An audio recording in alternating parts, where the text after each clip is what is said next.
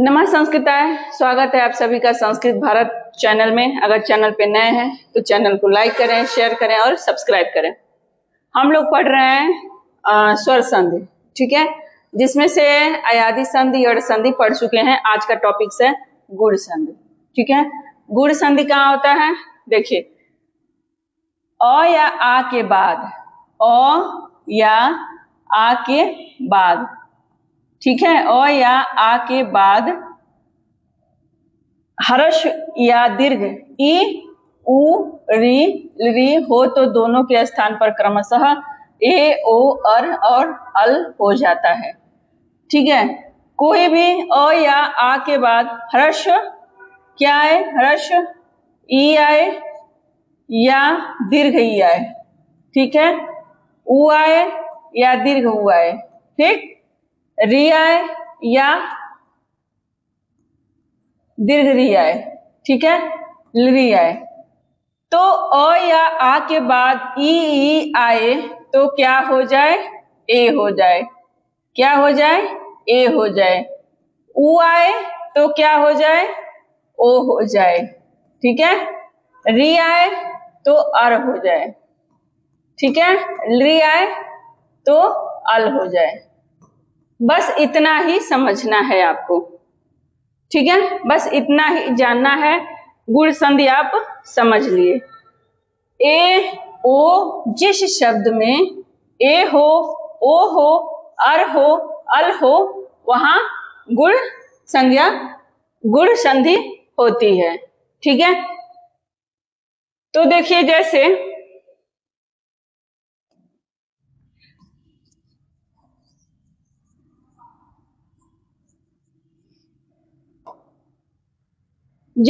मान लीजिए देवेंद्र दिया है। देवेंद्र में कोई पूछे कौन सी संधि है, तो कैसे आप जानेंगे कि ये गुण संधि? कुछ नहीं करना है, ए की मात्रा लगा हुआ है तो गुण संधि है। ए लगा है, भारतेंदु में ए लगा है, राघवेंद्र में ए लगा है, उपेंद्र में ए लगा है, दिनेश में ए लगा है, ठीक है, रमेश में ए लगा है, उमेश में ए लगा है, ठीक है। तो आप जान जाएंगे कि ये कौन सी संधि है? गुण संधि। कुछ उदाहरण है, जैसे देवेंद्र, अ के बाद ई आया है, इंद्र, ठीक है। अ और ई का ए होने पर, अ और ई का ए होने पर, ठीक है, अ और ई का ए होने पर क्या हो जाए? ए हो जाए। अ ई का, अ ई जब भी जुड़ेगा तो ए हो जाएगा। अ प्लस ई जुड़ेगा तो ए हो जाएगा, ठीक है। जैसे राघवेंद्र, उपेंद्र, दिन, ईसह, रमा, ईसह, रमेशः, उमा, ईसह, धन, ईसह, राम, इंद्र, विद्या, एव, ठीक है, विद्येव, ठीक। ये रहा ह्रस्व। ह्रस्व या दीर्घ अ या आ के बाद ह्रस्व या दीर्घ ई के आने पर ए हो जाए। दूसरा पॉइंट है, ये पहला पॉइंट है। दूसरा पॉइंट देखते हैं।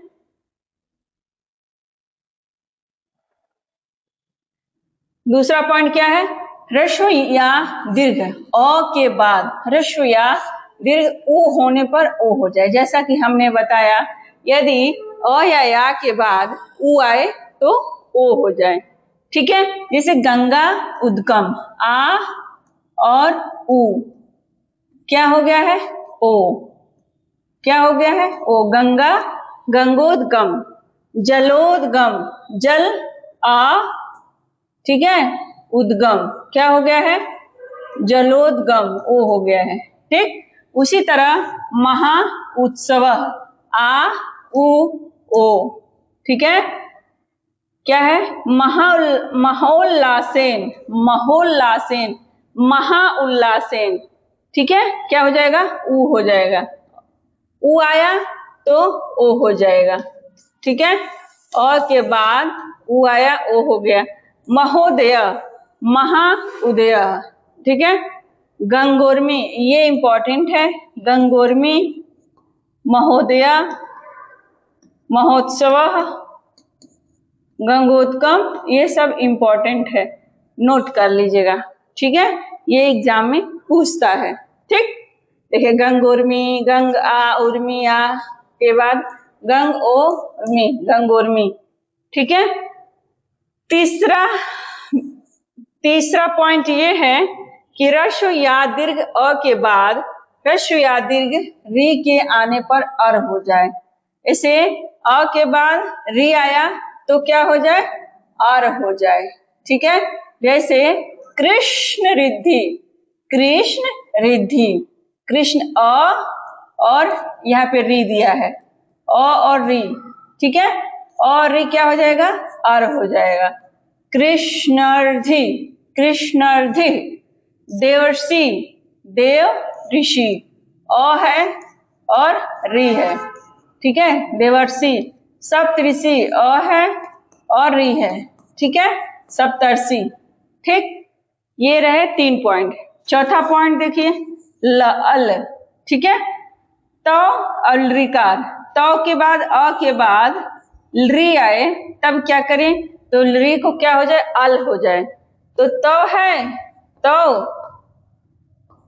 अ मिलके अ, फिर री है, तो अ और री, अ के बाद री आ रहा है तो क्या हो जाए, ल हो जाए, अल हो जाए। ठीक है, क्या हो जाएगा, त अवल कार, तवल कार। ठीक है, ये रहे गुण संधि। गुण संधि का नियम यही है, ए ओ अर अल, ये गुण संधि है। इन जिन शब्दों में ये होते हैं, ये पाए जाते हैं, ये ओ अर और अल, उनकी गुण संज्ञा, गुण संधि, उनमें गुण संधि होती है। ठीक है, कुछ अपवाद भी है। अपवाद क्या है, आइए जानते हैं। 2-3 अपवाद है। पहला अपवाद अक्षौणी है, दूसरा अपवाद स्वैरिणी है, तीसरा अपवाद प्रौढ़ी है। ठीक है, ये तीनों नोट कर लीजिएगा अपवाद, अक्षौणी, स्वैरिणी और प्रौढ़ी। ठीक है, कई ये गुण संधि के अपवाद है, ये नियम को नहीं मानते हैं। जैसे अक्ष उहिनी, हमने क्या कहा, हमने गुण संधि में क्या पढ़ा, अ या आ के बाद उ या उ आए तो ओ हो जाए, लेकिन ये नियम नहीं मानता है, ये अक्षौहिणी लगाता है। किस शब्द में, अच्छ शब्द में, अच्छ शब्द में ये नियम लागू नहीं होगा। प्रौढ़ में भी ये नियम लागू नहीं होगा, प्रौढ़ में भी और स्वैरी में भी। ठीक है, स्वैरी में भी ये 3 शब्द में ये नियम लागू नहीं होगा, दीर्घ हो जाए, इसमें वृद्धि हो जाएगी। इसमें भी देखिए वृद्धि होती है, अक्षौहिणी में वृद्धि हो गई, अक्षौहिणी हो जाएगा। उस तरह से अक्षौहिणी होनी चाहिए लेकिन नहीं हुआ, अक्षौहिणी हो गया। उसी तरह स्वैरिणी में स्व-इरिणी यानी कि क्या हो जाना चाहिए, स्वय हो जाना चाहिए, एक ही मात्रा, लेकिन नहीं, यहाँ पे वृद्धि हो गया है। ठीक है, प्र उपसर्ग के पश्चात उह, उढ़, उढ़ी, एस अथवा एस से आने पर दोनों में गुण न होकर वृद्धि होते हैं। प्र उपसर्ग के बाद प्रौढ़ी में, ठीक है, प्रौस में, ठीक, प्रौस्य में, ठीक, क्या होगा, वृद्धि होगी। ठीक है, जैसे प्र उढ़ी, प्र उढ़ी, प्रौढ़ी, प्र एस, प्रोस, प्रो प्र एस, प्रास्य। ठीक है, तो इनमें गुण नहीं होगा, वृद्धि होगी। ठीक है, ये था गुण संधि का अपवाद। ठीक है, 3 ही शब्द है, याद कर लीजिएगा, अक्षौहिणी, स्वैरिणी और प्रौढ़, प्रास्य और, ठीक है, प्रौढ़ी है। ठीक, अब अगला देखते हैं, वृद्धि। अगला संधि कौन सा है, वृद्धि संधि। वृद्धि रेचि, वृद्धि रेचि, अ या आ के बाद हमारा गुण संधि में क्या आ रहा था, अ या आ के बाद इ उ री री आ रहा था। अब क्या बचा, ए ओ औ। ठीक है, तो ये कह रहा है कि अ या आ के बाद ए आए, ओ औ आए। ठीक है, तो दोनों के स्थान पर ऐ और औ हो जाता है। दोनों के स्थान पर अ हो जाता है। यदि मान लीजिए पर वर्ण में अ है, अ के बाद ए आया है, ठीक है, क्या आया है, ए, तो क्या हो जाए, आय हो जाए, ठीक है। ये महा आ है, आ के बाद आय आया है, क्या आया है, आय, तो क्या हो जाए, आय हो जाए, ठीक है। महाऐश्वर्य, महेश्वर्यम, ठीक है, क्या हो जाए, महेश्वर्यम।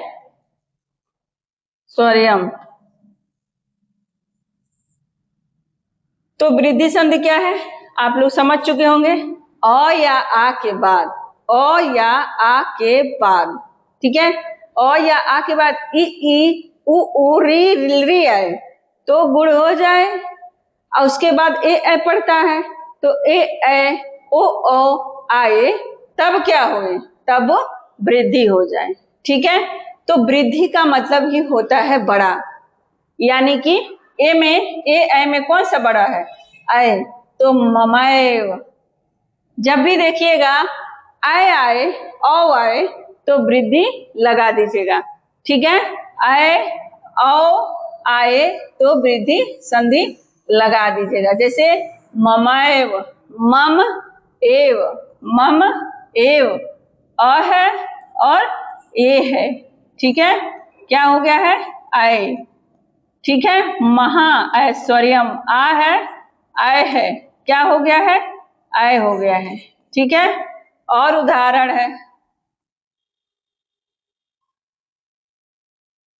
अब आइए जानते हैं इसको एक एक करके, ठीक है।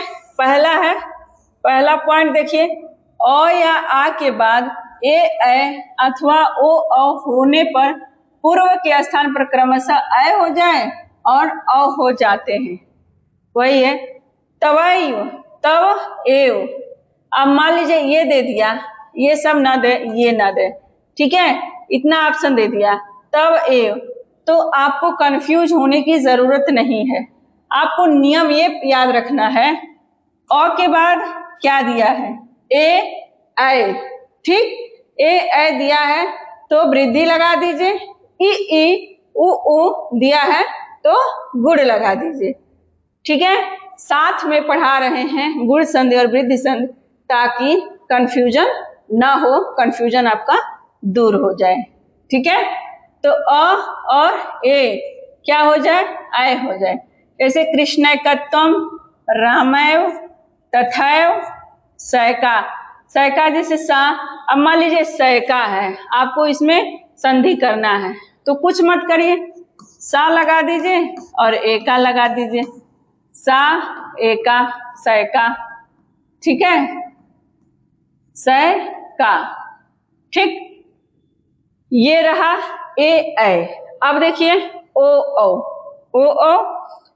यानी कि अ या आ के बाद ओ आए तब क्या हो, तो भी अ हो जाए। जब भी अ के बाद ओ आए अथवा अ आए तो दोनों के स्थान पर अ हो जाए, तो क्या हो जाए, अ हो जाए, ठीक, अ हो जाए।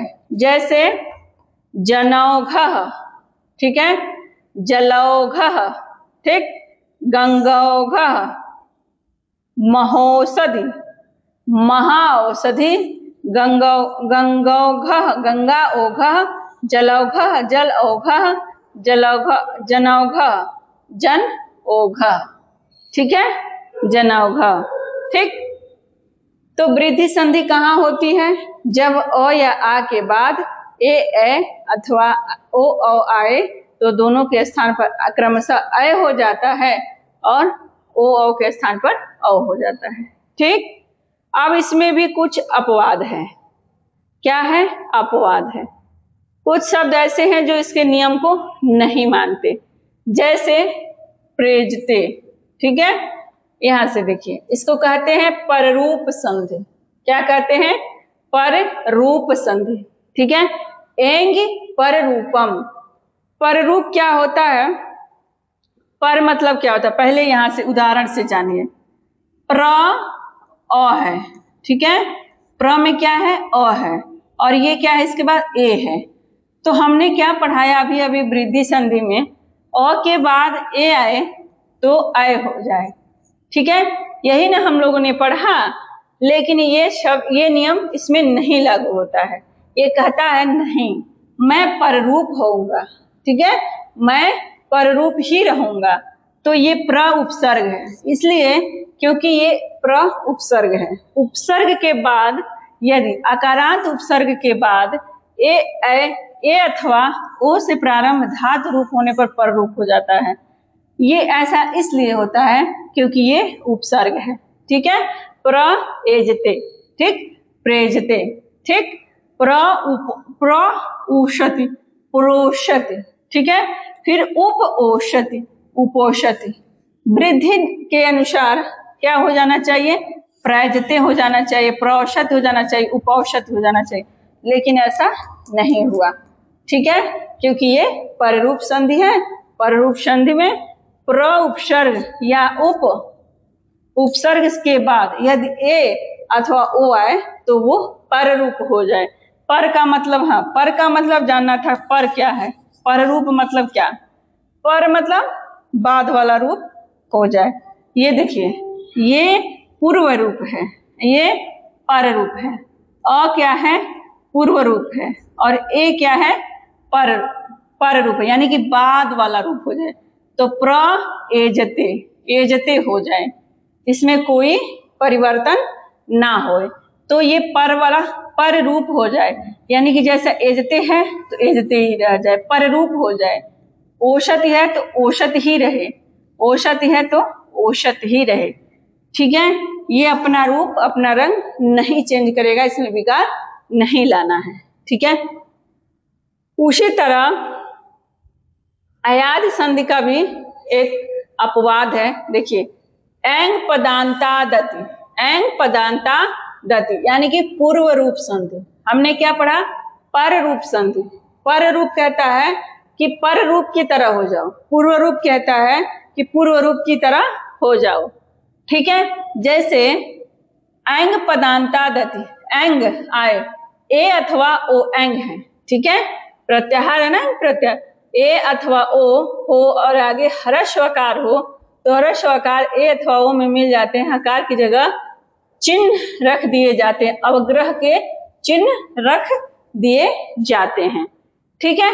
जैसे हरे, ए है ना, ए क्या है, ए, तो हरे ए है,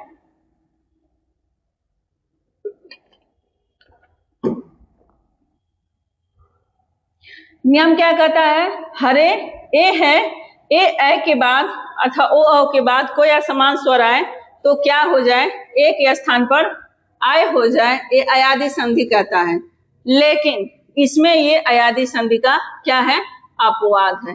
हरे औ आया है तो हरे औ, अवग्रह लग गया, हरे, ठीक है, क्या हो गया, हरे, विश्रो औ, विश्लो, ठीक है, देवो अपि, देवोपि, पूर्व रूप संधि हो गया है, यानी कि ये क्या हो गया, अवग्रह हो गया है, अ को क्या कर दिया गया, अवग्रह कर दिया गया। ग्रामेपि, लोकोयम, देवोपि, विश्रो, हरे, ठीक है, तो ये क्या हो गया है, पूर्व रूप,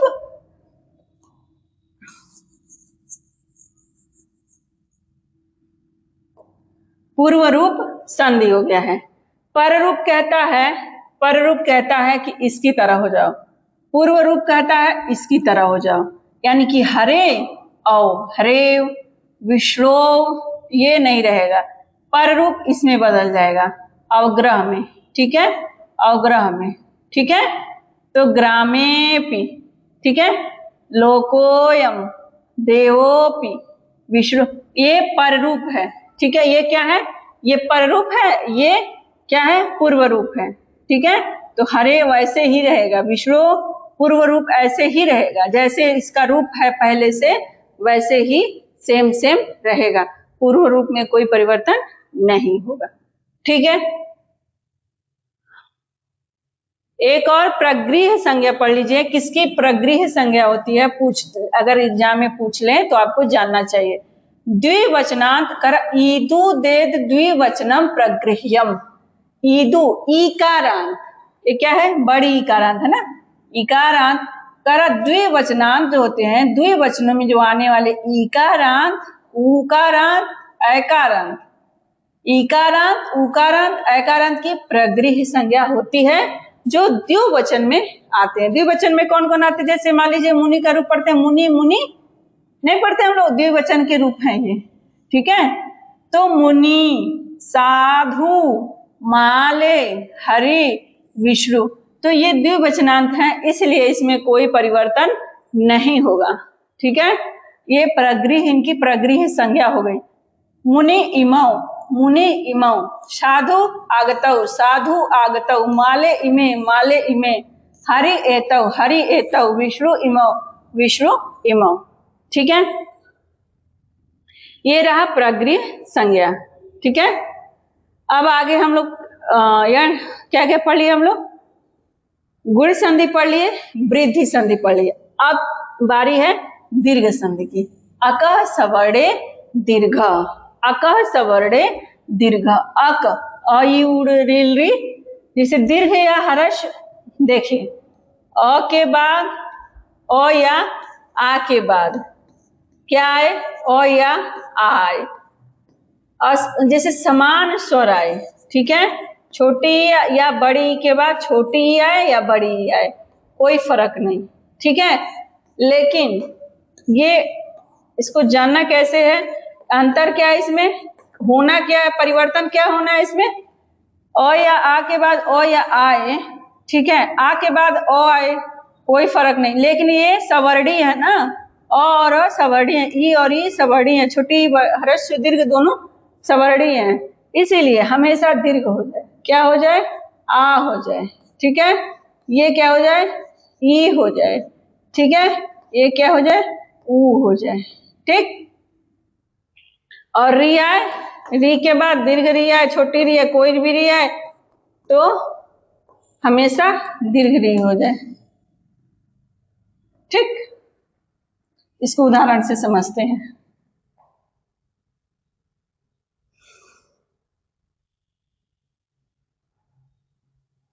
देखिए ह्रस्व या दीर्घ अ के बाद अ या आ आने पर वो आ हो जाता है, ठीक है। जैसे समानार्थी जो भी, अब जानिए विद्यालय है, विद्यार्थी है, हिमालय है, विद्यार्थी है, विद्यालय है, दैत्यारी है, देवालय है, प्राचार्य है, सचिवालय है, अंधकाराक्षणम है, ठीक है। तो देखिए हिम अ या अ के बाद आया है, आ के बाद अ आया है, आ के बाद आ आया है, अ के बाद अ आया है, अ के बाद आ आया है, फिर भी क्या हो गया है, आ आए या अ आए, पहले आए या बाद में आए, कुछ भी आए, होना दीर्घ ही है, ठीक है। से हिमालय, विद्यार्थी, विद्यालय, दैत्यारी, देवालय, प्राचार्य, सचिवालय, अंधकाराक्षणम, ठीक है। अब देखिए ई के बाद ई आने, ई के बाद ह्रस्व या दीर्घ, ई के बाद ई आने पर, ई आने पर ई हो जाए, ठीक है। जैसे ई आ रहा है और यहाँ पे भी ई है, ई बड़ी ई हो जाए, ठीक है। तो रवि इंद्र श्री शह श्री सह श्री, ई और बड़ी क्या हो जाए, दीर्घ हो जाए, ठीक है। अकः सवर्णे दीर्घ यही कहता है कि समान वर्ण आने चाहिए पूर्व में पर में, ठीक है। तो ह्रस्व या दीर्घ ये के बाद ये है, तो जैसे रविंद्र, श्री स, महेंद्र, उसी तरह ऊ है, ऊ क्या कह रहा है, ऊ के बाद ऊ या ऊ आने पर ऊ हो जाए, ठीक है। जैसे ऊ और ऊ, ठीक है, क्या हो जाए, दीर्घ ऊ, ठीक है। लघु ऊ, उर्मी, ठीक है, क्या हो जाए, दीर्घ ऊ, ऊ बधुर, बधुत्सव, बधु ऊ, क्या हो जाए, ऊ हो जाए, ठीक है। तो कुछ भी हो, देखिए यहाँ पे ऊ आया है तब भी बड़ा हुआ है, ऊ और बड़ा दीर्घ ऊ आया तब भी दीर्घ ऊ हुआ है, यहाँ पे दीर्घ ऊ है, यहाँ पे ह्रस्व ऊ है तब यहाँ पे दीर्घ हुआ है, ठीक है। उसी तरह ह्रस्व या दीर्घ री के बाद री आए तो दीर्घ री हो जाता है, जैसे होत्रिकारः पितृणम, ठीक है। तो होत्रि ऋकारः, तो क्या सही, कभी कभी ऑप्शन में पूछता है होत्रिकारः पितृणम में कौन सा सही है। तो ये दीर्घ री वाला सही है, ठीक है, दीर्घ री वाला सही है। अब इसी में देखिए अपवाद भी है, अपवाद भी देख लीजिए साथ साथ में। इसमें शकंधु एक शब्द है, उल्टा दो, करकंधु दो शब्द, उल्टा तीन शब्द, लांगलिसा चार शब्द, मार्तंड 5 शब्द हैं, 4-5 शब्द ये नहीं है, पतंजलि नहीं है, ठीक है। 5 शब्द हैं, इसको देख लीजिएगा। शकंधु, जैसे मान लीजिए हमने क्या कहा, अ के बाद ओ आए तो दीर्घ हो जाए, लेकिन शकंधु ऐसा नहीं कहता है, इसको कहते हैं शकंधवाद गढ़। शकंधवाद गढ़ में शकंधु है, करकंधु है, उल्टा है, लंगलिसा है, मार्तंड है, ठीक है। तो इतने शब्द हैं जो इस नियम को नहीं मानते हैं, ठीक है। तो ये रहा दीर्घ संधि का अपवाद। शकंधु शक और अंधु शकंधु हो गया, कर्क और अंधु करकंधु, कुल अटा उल्टा, लांग लांगल ईशा लांगलीसा, मार्त अंड मार्तंड, ठीक है। तो ऐसे कुछ शब्द हैं जो नियम को नहीं मानते हैं, ये शकंधवादिगढ़ में आते हैं। तो शकंधवादिगढ़ में आए शब्द पूछे तो बता दीजिएगा, शक है, कर्क है, कुल है, लांगल है, मार्त है, ठीक है। तो आज के लिए बस इतना ही। हमने क्या पढ़ा, हमने अच संधि समाप्त कर दिया, यानी कि स्वर संधि हम पढ़ चुके हैं, ठीक है। कल हम लोग व्यंजन संधि स्टार्ट करेंगे, व्यंजन और विसर्ग के साथ पढ़ सकते हैं।